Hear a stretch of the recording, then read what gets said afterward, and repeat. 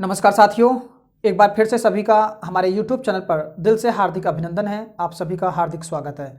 देखिए, इस वीडियो में आज हम आप लोगों से बात करेंगे एक बहुत महत्वपूर्ण टॉपिक जो पहली बार जुड़ा है रीट की कक्षा में। उसका नाम है बैंकिंग प्रणाली। क्या है साथियों? बैंकिंग प्रणाली। जो ये बैंकिंग प्रणाली है, इसके संबंध में हम आपको बहुत रोचकता से, बहुत महत्वपूर्ण तरीके से आपको वीडियो पेश कर रहे हैं। आप टॉपिक के अंत तक जरूर बने रहें।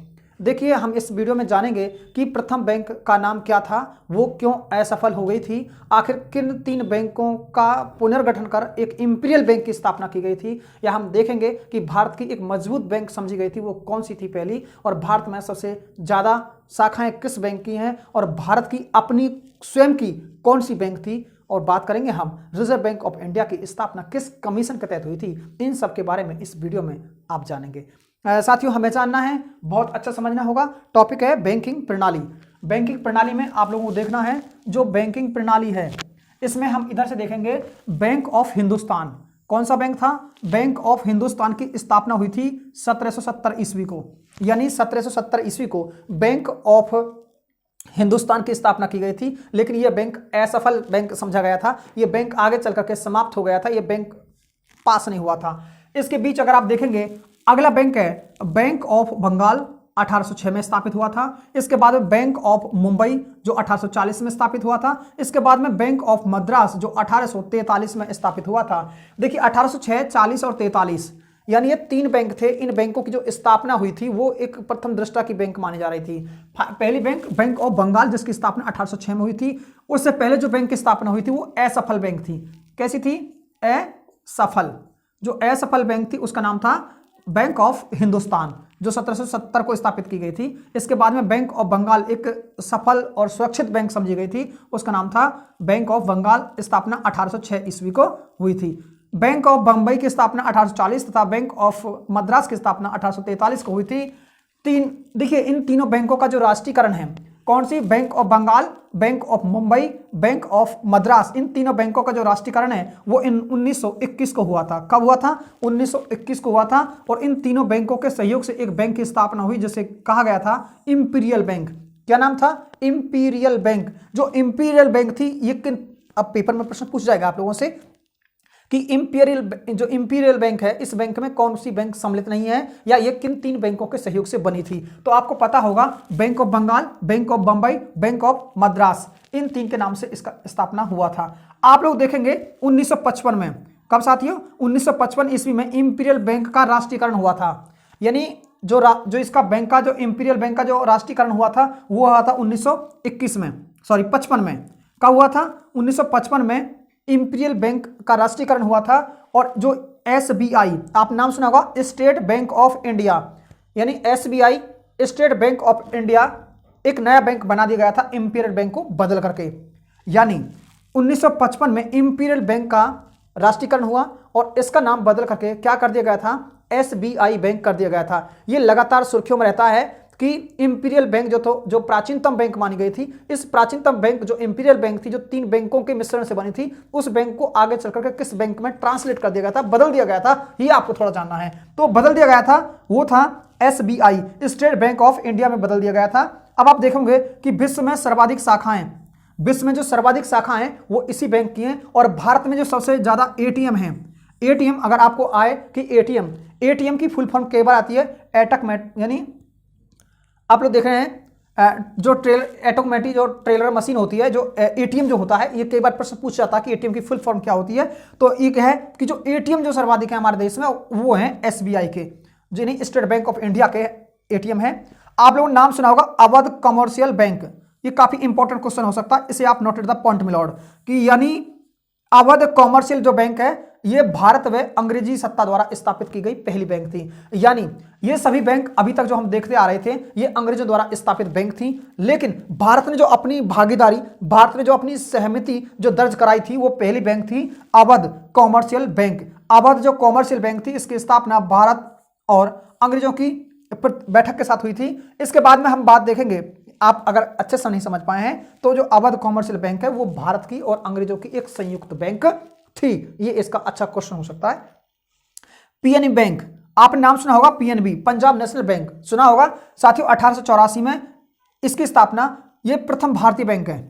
यानी पूर्णतः भारतीयों द्वारा स्थापित पहली बैंक कौन सी है, तो उसका नाम था यानी पीएनबी, पंजाब नेशनल बैंक, जिसकी स्थापना 1884 को हुई थी। देखिए कांग्रेस की स्थापना 1885 को हुई थी, उससे ठीक एक साल पहले 1884 में इसकी स्थापना हुई थी। आप लोग देखिए बहुत अच्छा प्रश्न है। अब हम देखेंगे आरबीआई के बारे में। किसके बारे में? RBI, reserve bank of India, जो भारत की केंद्रीय बैंक है, जो भारत की सबसे बड़ी बैंक समझी जा रही है, उसके बारे में हमें जानना है। देखिए एक आयोग था हिल्टन यंग आयोग।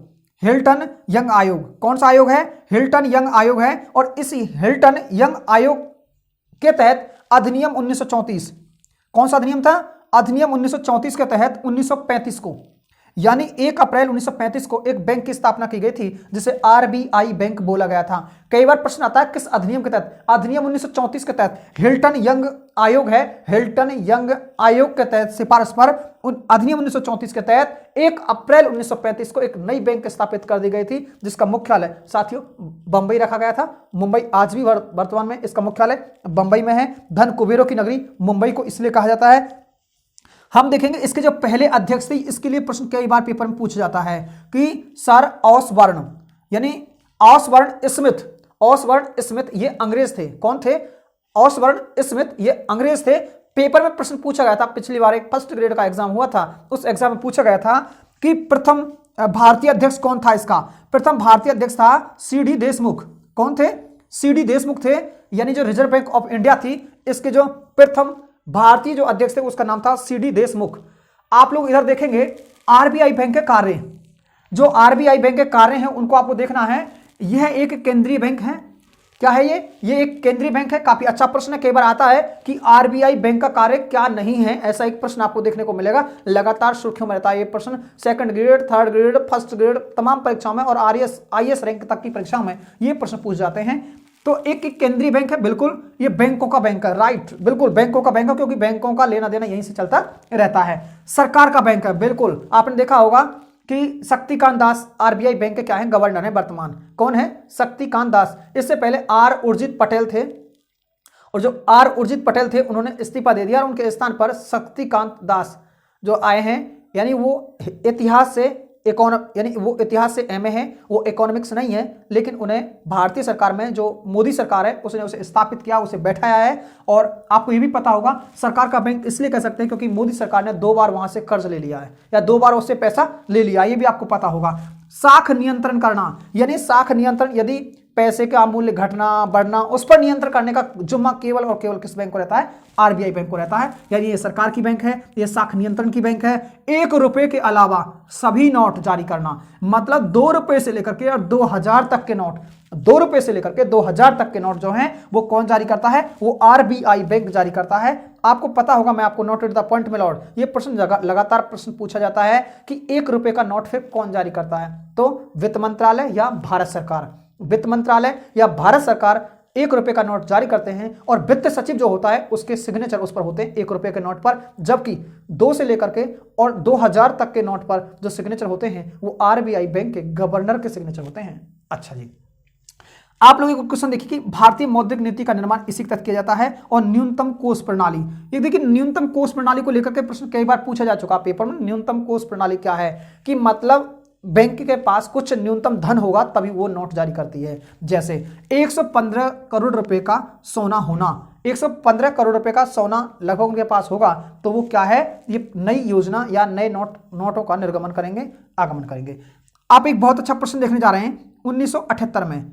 देखिए 1978 में 5000 और 10,000 के नोट बंद कर दिए गए थे। 1978 में 5000 और 10,000 के नोट बंद कर दिए गए थे। काफी लोगों को तो आभास भी नहीं होगा कि हमारे देश में क्या 5000 का नोट भी चलता था, 10,000 का नोट भी चलता था। तो 1978 यानी इस समय मोरारजी देसाई सरकार थी, इस समय 5000 और 10,000 के नोट बंद कर दिए गए थे। नोट यानी नवंबर 2016 यानी 8 नवंबर 2016 की मध्य रात्रि को, यानी शाम को शायद 8 बजे के समथिंग या 8 बजे के बाद, आपको पता होगा 8 नवंबर 2016 को 500 रुपए और 1000 का नोट इलीगल हो गया था मार्केट से, मतलब वो चलन मुद्रा में नहीं रहा था। या भी आपको पता होगा नोट 2011 से 25 पैसे से कम के सिक्के, यानी नोट 2011 के बाद 25 पैसे या इससे कम सिक्के, 10 पैसा, 20 पैसा, 25 पैसा से देखा होगा आप लोगों ने, ऐसी बात नहीं है, तो ये 5 पैसे, 4 पैसे, 6 पैसे, 10 पैसे सारे, यानी 25 पैसे से छोटा नोट चलन से बाहर कर दिया गया है। ये बंद कर दिया गया है। ये इसे बैंक नहीं छापता है और ये बैंक की मुद्रा में नहीं आता है। कई बार एक प्रश्न आता है कि कितने तक का बैंक मुद्रा में नहीं आता, तो 25 पैसे तक का नहीं आता है।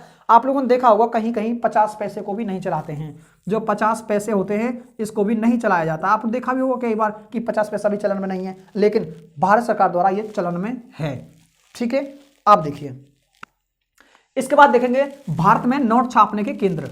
भारत में जो नोट छापने के केंद्र हैं वो कहां कहां हैं, काफी अच्छा वीडियो आप देखते रहे हैं। तो नासिक महाराष्ट्र, देवास एमपी और सालवानी वेस्ट बंगाल और मैसूर कर्नाटक में नोट छापने के केंद्र हैं, नोट छापने के कारखाने हैं, पैसे बनाने के कारखाने हैं। आप लोगों को पता होगा नासिक महाराष्ट्र, देवास एमपी, सालवानी WB लिखा हुआ है, वेस्ट बंगाल लिखा हुआ है, मैसूर कर्नाटक। आप लोग देखेंगे सिक्के ढालने की जो टकसाल हैं या सिक्के ढालने के जो केंद्र है वो कहां कहां हैं, सिक्के कहां ढाले जाते हैं। वो तो नोटों की बात हो रही है, नोट की बात की थी, पैसे की बात की थी हमने। अब देखिए सिक्के ढालने के जो केंद्र हैं या टकसाल हैं, नोएडा, तो नोएडा यूपी में आता है, हैदराबाद आपको पता होगा AP में आता है, आप लोग मुंबई अपने आप ही महाराष्ट्र में आता है ये MH, और कोलकाता WB वेस्ट बंगाल की, यानी नोएडा में यानी यूपी में, हैदराबाद यानी आंध्र प्रदेश में, मुंबई यानी MH महाराष्ट्र में, और कोलकाता में भी यानी नोट छापने यानी सिक्के ढालने की टकसाल हैं। तो ये हमारा एक छोटा वीडियो था। अगर आपको वीडियो पसंद आया लाइक शेयर कमेंट करना ना भूलें, और इसी से आपका निश्चित रूप से कोई न कोई प्रश्न आपको 100% प्राप्त होगा, मिल जाएगा। अगर इसके संबंध में कुछ और भी हमें प्राप्त होगा तो एक नए वीडियो के साथ हम आपको जरूर पेश करेंगे। तो साथियों एक आप इसका स्क्रीनशॉट मार लीजिए, देख लीजिए। थैंक यू साथियों, धन्यवाद।